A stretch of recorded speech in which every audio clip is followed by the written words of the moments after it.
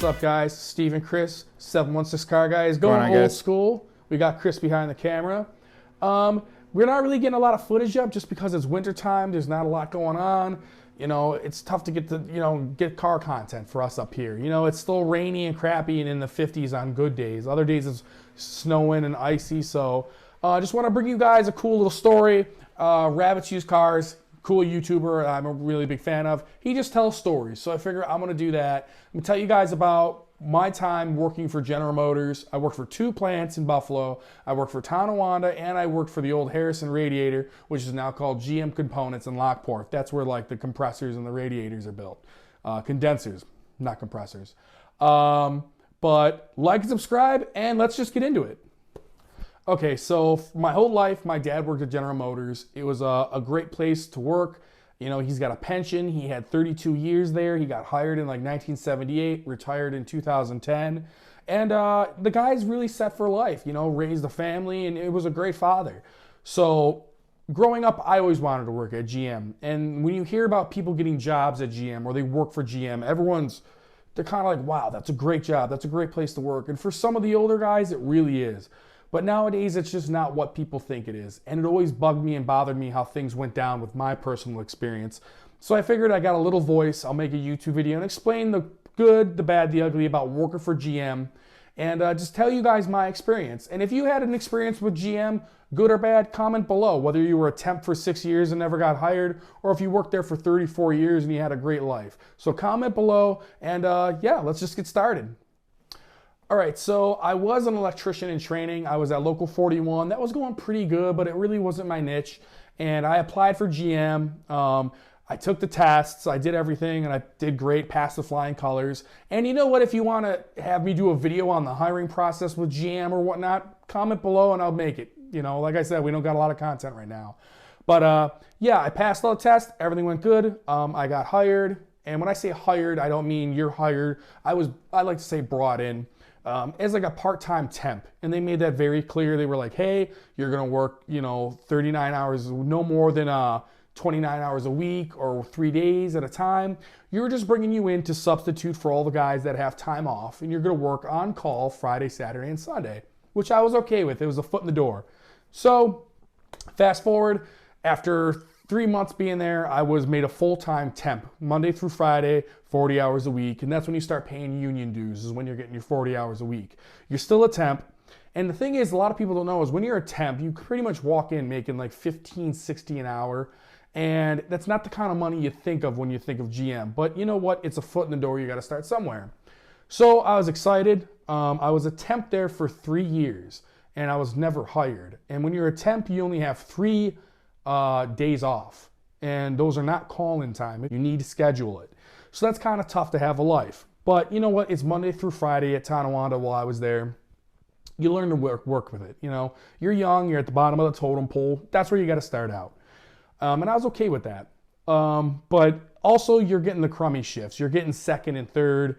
And those are tough, man. I mean, it was tough for me, and I'm not raising a family, or I'm not got kids at home or a wife or a husband that I'm trying to keep everything cool. So it was kind of tough, but you know what? It was a solid 40 hours a week with overtime. It was great. I was loving it.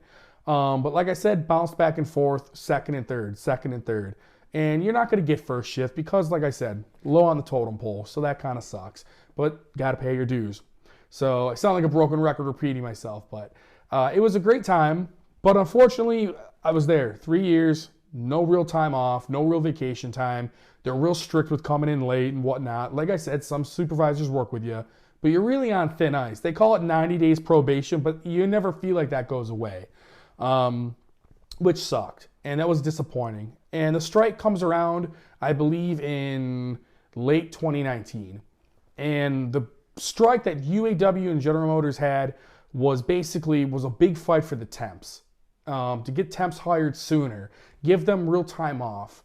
And then there was a lot of other important things that I didn't really look into, about like retirements and you know, pay grades and whatnot. A lot of technicalities. GM likes to play the technically game, I noticed. But we did that strike, and when it was all said and done, we didn't really get anything. We got now 5 days off, and now GM agreed to hire people after 2 years. But right off the bat, I seen games being played with getting laid off. And if you're out for more than 30 consecutive days, you know, you're not going to be hired and you got to restart your time. There was a few women there that were pregnant. They didn't know how this was going to work for me. I never got a straight answer on that. So if you know that, comment below. So there's a lot of ifs, ands, and buts in this contract that unfortunately we agreed yes to. And that's ended up what happening. And unfortunately, my time at Tonawanda was pretty much over. Just a month shy of my 3 years, which is when I would have got hired for them, I got laid off, which sucked. But luckily, some guys that were there 6 years did just get hired, but they also got laid off. But for me, because I was below Lockport's pay grade, I could transfer over to Lockport. I would get a job, which I was happy with. I didn't know exactly what was going on in my life. I just got the house. I just bought more cars. I have projects. So I was kind of like, I need a job. I need to put food on the table, money in the bank. So I went. And another reason I went to Lockport is I was hearing rumors that GM may not give you unemployment because you're technically denying work. And I didn't want to not be able to get unemployment either. So to be safe, my plan was, in all honesty, go to Lockport. If I absolutely hated it, get fired. Not hard to get fired from a place in 2021. That was my plan. Luckily, I liked it at first. I didn't mind it. They do swing shift at the Lockport plant where they make the radiators and condensers, which is 1 week first, 1 week second. And you alternate, which sounds cool at first, but now you only have 5 days off, and Lockport, typically my department ran 6 days a week. So you're working 2 Saturdays and then you have 1 off, swing shift. So I'm not going to go into details about, you know, getting up for this shift and going to bed for that shift. You guys all get it. We're all adults here. But it sucked. And you only have 5 days off a year, which is tough. So really, I couldn't balance a life. You know, family time, car stuff. It's just working all the time. And I know a lot of guys are going to say boo-hoo and that sucks. And you're right. But if you want to work your life way, go for it, man. That's not what I want to do. So, and sometimes it's okay. I love the 60, 70-hour work weeks. But sometimes, man, you just want to have a 40-hour work week and put your feet up and hang out with your family. And it was tough to do that at Lockport. And I lost all of my time from going from Tonawanda to Lockport because I'm a temp employee. So I had to work another 2 years to get hired, which is crazy. In my opinion, I feel like, you know what, fair enough. 90 days isn't enough to see how somebody really is. I agree. How about a year? Let's see how somebody acts in the summertime. Let's see how somebody acts in the wintertime. Give them a year. Hire them or don't. Don't drag working class guys and gals along and not hire them. That's something that really bothered me, and that was the reason I made this video. I understand it's a business. They need to make money, and that's the way the world works. And I get that. I hear that Ford's like that too, and I'm sure all the other automotive plants and manufacturing's like that. But it was just sucked. It really was disheartening. My dream to work at GM and make good money and work your way up, get on first shift, get into the union, and really look out for people. You know, that to me, that's not a thing anymore. That doesn't exist, and that really sucked. But yeah, I went to Lockport. I was there for a year. I asked to the union about maybe possibly getting hired, and they kind of shrugged it off. We do it for you. We have to do it for everybody, and I understand that, but. And I'm not going to get into the bashing unions or this politician or that. That's not what this video is. But, you know, from my experience, I really regret going to GM and doing that. It was a big learning experience, really toughened me up, but really was just a wake-up call, and it kind of sucked. But yeah, comment below your experiences with GM because they're not all bad. Before 2008, when the bankruptcy happened, GM really had to change a lot of the way things were done to compete with the other car companies. And I understand that. That's a business. And the GM employees understood that. So they'd let a lot of things go. And GM hasn't given them back. And in my opinion, power does what power wants. And GM's going to keep lowering their pay grade, automating more jobs, which is a big problem I've heard at Lockport.